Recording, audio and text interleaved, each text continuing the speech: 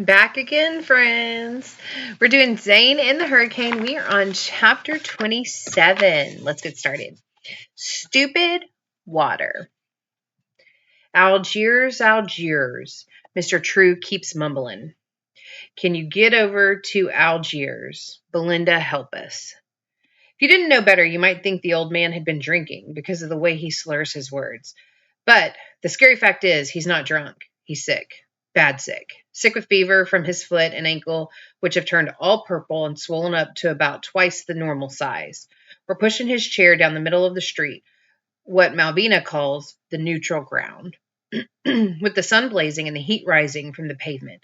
And yet poor Mr. True is shivering. Little Belinda, he mutters to himself. She a good one. Oh, yeah, mighty good. We find her, True, don't you worry. Everything gonna be okay, Malvina tells him. But the tears streaming down her face tell a different story. Can a person die of a bad foot? I don't know. Maybe if there's no one to take an x-ray or give him medicine or the normal stuff that they do. Or maybe he's got an infection from the bad water or a snake bit him and we don't even know it. I never felt so stupid or helpless. Wandering down that street, not knowing where to go or what to do, it gets so bad I almost wish Dylan Toomey would find us.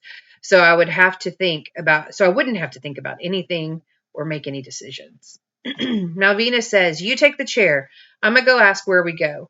She stops people in the street, asking them where to find a hospital or an emergency room. The skinny dude says, hospitals? They all backed up or flooded out. But when Malvina insists, he points us in a certain direction. Maybe you find what you need, he says doubtfully. And then he's gone. We follow his directions for a few blocks and come to the edge of the floodwater. From the nasty look of it has gone down a little, but the water is still too deep to push Mr. True along in his wobbly chair. If we had a boat or a canoe, maybe, but we don't. Bandy barks at the stinky water. Come on, boy, leave it alone. He looks up at me and I swear he shakes his head in disgust. That's how bad it is when a dog who slurps from toilets turns his nose up. Back in the big wide street where dazed survivors huddle in shades just looking stunned. Back to inquire again where we might take a sick old man. Most people just shake their heads or mention someplace north of the city. Too far away to make sense. Others say the Superdome, where we've already been and know how bad it is with too many sick and not enough medical help. Someone else tells us the local hospitals have all been flooded and that their hands are full trying to evacuate patients by helicopter. They've been forced up on the roofs, you know. First floor is underwater, so they lost power. No electricity, no machines to keep folks alive.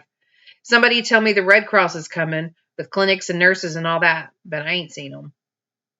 Malvina finally finds a policeman, a black man in a blue uniform, sitting in a broke-down patrol car that won't start. The cop looks about ready to cry, turning the key and nothing happening.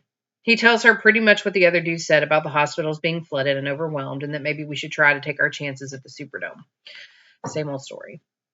After a few more futile attempts, the cop gives up, leaving the patrol car with the windows down and the doors unlocked. He walks away from the car and from us, and Malvina calls to him, but he doesn't look back. After the cop scurries out of sight, one of the guys comes over and hands us a bottle of water. Plenty of fluids, he suggests. Then, taking a closer look at True, he adds, might better pray. Which makes Malvina mad. The suggestion that the old man is so far gone. Never mind what he says. You tough, True. You gonna make it. Go on, drink. The bottle drops from his trembling hand and Malvina kicks it. Stupid water, she shouts, and people shy away from us, sensing trouble. Hey, I say, and she jumps on the bottle with both feet, crushing it. Stupid, stupid, stupid. After she settles down, I go, so what do you want to do? She wipes her eyes.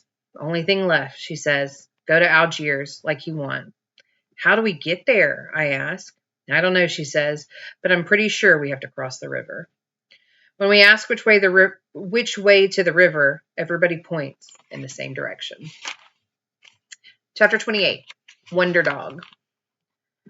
We're not the only ones who want to cross the river out of New Orleans. There are lots of other survivors heading in the same direction, staggering out of the city to cross that bridge. A few slow-moving vehicles, but mostly on foot. Most of us filthy and exhausted and desperate. My first thought is that we push Mr. True up the long sloping incline. Is that it's, wow, let me restart that whole sentence. My first thought as we push Mr. True up the long sloping incline is that it's like some scene from a movie about the end of the world. Like we're all fleeing an alien invasion, except instead of invading Martians, we had invading water. Give me a Martian any day. Whatever, it sure feels good to be leaving Smellyville. The darkness seems like it had lifted, and Malvina is back to her old joking self. Why is the one-handed man cross the street? He wants to go to the second-hand store. Why wouldn't the cannibal eat the clown? Because it tastes funny. What kind of ship never sinks? A friendship. Mr. True perks up. That last one is a good one, he says. Soon we'll cross over and find somebody to fix your foot. I believe you will, darling. You can do anything you put your mind to. Soon as you're fixed, you'll be marching in the band, blowing your brass. Oh, yeah? And where will you be? Dancing in the second line. Let's see what's happening over here.